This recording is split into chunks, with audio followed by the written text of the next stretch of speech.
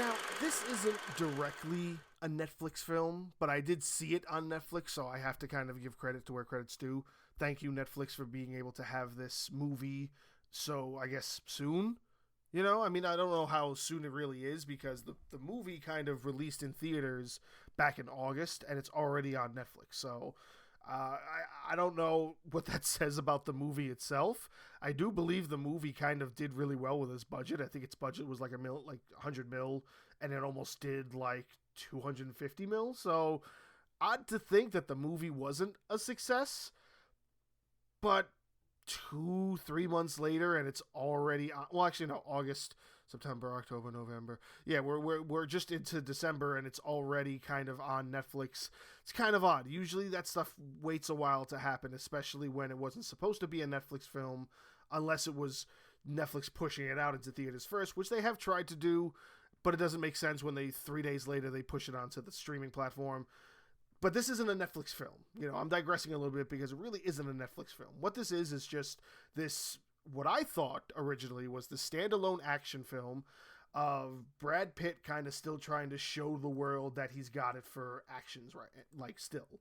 I want to say that his most recent films haven't really been in this area, and I guess he's trying to get back into it or still, like, again show that he still kind of got it, because what was his, he did The Lost City, but he only plays a main character, and a lot of that I don't believe is really correlated with his acting in and of itself. Before that, what has he done that was action? He did the one where he was the astronaut. He did Once Upon a Time in Hollywood. That was a couple of years ago. No, he hasn't really done any action that I can think of off the top of my head. Any solid, just, him being, like what he was doing in action films 10 years ago. He hasn't really done anything like that. So I believe this is kind of his way of being like, hey, I can still sort of do this. I can be this sort of, Liam Neeson, if you will, or Kevin Costner, or any of these, actors who are kind of getting on in age but still trying to make themselves prevalent in some sort of action realm of filmmaking. However, this is not an original story in and of itself. So before I get into what this movie brings to us, I do want to get into a little bit of its history. Bullet Train that we have right now, that premiered in August 2022, is sort of a remake, but also just sort of this, I guess, Americanized version of this novel and this other short film series, I guess. So what Bullet Train is that it's based on this, is it a novel exactly? I'm not 100% certain if it could be considered a novel. I think it's something else. Let me see, hold on. I have the stuff right here. It is a Japanese novel. Yes, it is a novel. Okay, I'm speaking a little bit out of turn. It is a Japanese novel. It is part of a trilogy or quadrilogy. I don't remember how many bits there are. I'm sitting here looking at it. I think there's at least 3 of them. There's at least 3 that I have pulled up here. It's considered dark humor and thriller that's based on the stories of these 3 assassins. And the 3 assassins are the Grasshopper, the Beetle. Who's the third one? I'm trying to find it in here as I'm moving along. I just discovered this as I decided to do an entry about this film. So now the author of this film, his name is Kotaro Asaki. So Kotaro Asaki is this famous author who did these novels called The 3 Assassins.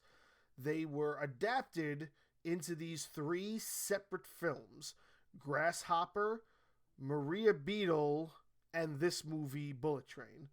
So this, I think it's the entire story that's been adapted into this one movie, or is it meant to be that it's 3 separate movies?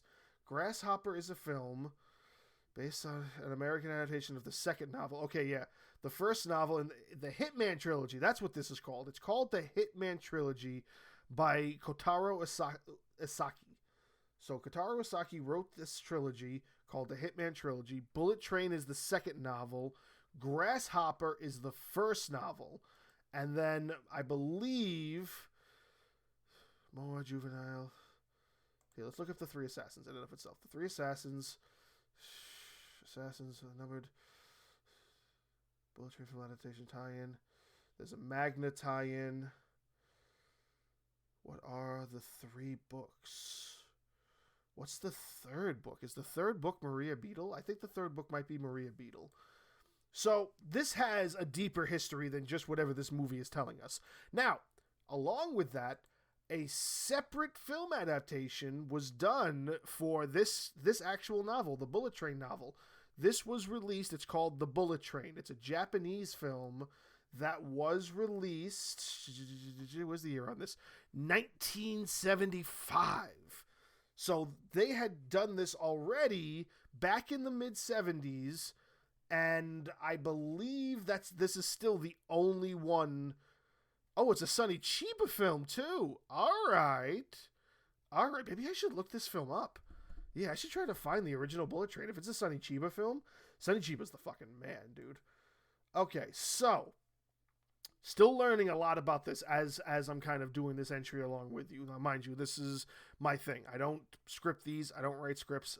I either watch a movie or a television show when I finish the TV show, or when I am able to sit down and do an entry for a movie, I'll sit down and I'll do it. I've just recently kind of gotten into the habit of being okay with just kind of looking up things on the spot so I can find answers to things I actually want to talk about. So in doing that, this has a lot of backstory that I really want to make sure I get right, that I'm sort of learning on the spot with us now. So Sonny Chiba has done the original film from 1975, based on this novel written by this author that's part of a trilogy. And this one, with Brad Pitt, is the most recent adaptation of these stories. With that being said, there is a tremendous amount of people in this film, and I don't know if that was 100% necessary. You know, who do we got in it? We have Aaron Taylor Johnson. We have Brad Pitt, of course. We have what this artist that people call Bad Bunny. I don't know him, but I know that I think my wife kind of went nuts with that when she discovered it was him. You've got Brian Henry, or I think it's Brian T. Henry. I know him from tons of different movies, and he's really good in this film. You have the little girl who plays the princess. It's not a little girl. She's like a teenager, I think. But I've seen her in many things. I think her name is, gets to the cast list, is it Joey King? Yes, it is Joey King. Yes, it is. Brian Tyree Henry. Who else is this? Andrew Koji. I think Andrew Koji plays the son. I don't have a face for him, but if he was in Snake Eyes playing Storm Shadow, yes, I know who Andrew Koji is. He's a great actor too. He's a great Japanese actor. Hiroyuki Sanada, tremendous Japanese actor. He's in this. Then you also have Michael Shannon popping up, Sandra Bullock popping up. It's just this really star-studded cast of really good actors and actresses that just play this kind of twist and turning story really, really well. And it is a really twisting story that gets taken in all these different directions. And it's really a lot of fun, but it also has the over-the-top action stuff I guess maybe most people were expecting. I really wasn't. There's this whole train crash scene that just doesn't make a lot of sense to me, and I don't want to say I was a little annoyed, but what I am annoyed by is the idea that this had so much potential to be taken just a little bit more seriously that I don't think that huge train wreck scene was necessary. So it's called Bullet Train because it takes place on this bullet train in Tokyo. It goes from Tokyo. Yeah, it starts in Tokyo. It's not supposed to stay in Tokyo. It's meant to go all the way. Where does it stop? I forget where it stops in the actual film, but either way, it basically goes through all of Tokyo. And as it's going through Tokyo, you're seeing the storyline build up where there's this connection of all of these different assassins and hitmen, and they're all trying to get this briefcase, and everybody's really afraid of this guy who calls himself the White Devil. Now, the White Devil is basically the man who runs the entire gang-related thing, the gang-related environment in Tokyo. He wants this briefcase. Many people on the train want this briefcase, and essentially Brad Pitt is also trying to get the briefcase, but he doesn't know that it belongs to the White Devil. Not White Devil. Now that I say it again, it's not White Devil. It's White something. Hold on, scroll down. White Death. I was close. So he calls himself the White Death.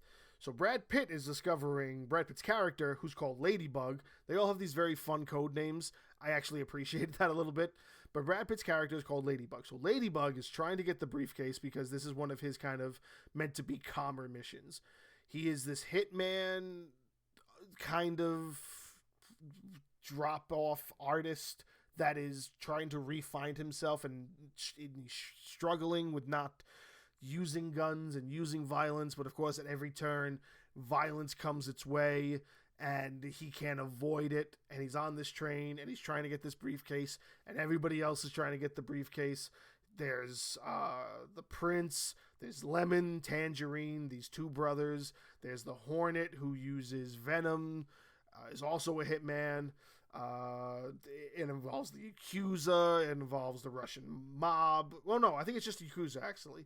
But I think there's something about the Russians that come in. But I think it's a storyline of how the White Death pushed the Russian mob out of Tokyo in order to kind of take the whole thing over.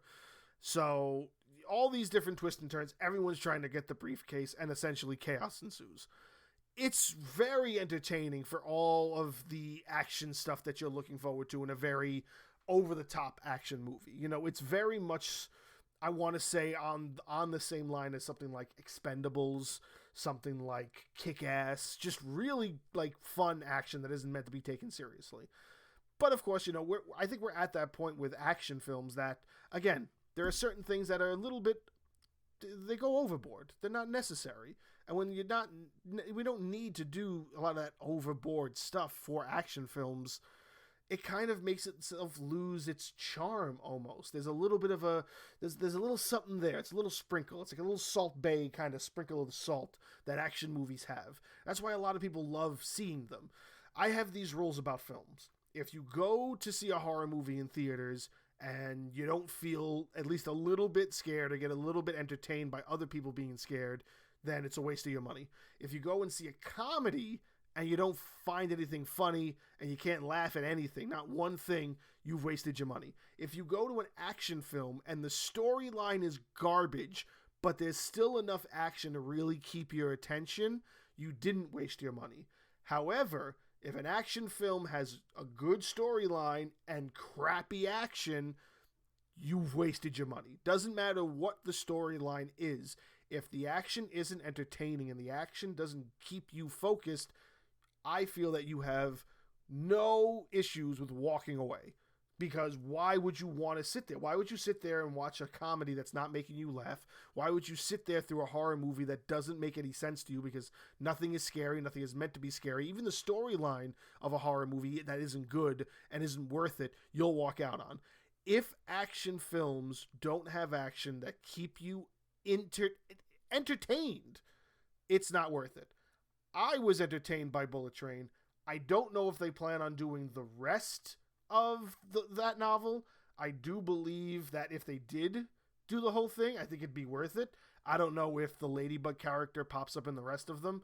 I'm not sure if these novels have ever been translated to English. If they have, I might try to find it and give them a chance.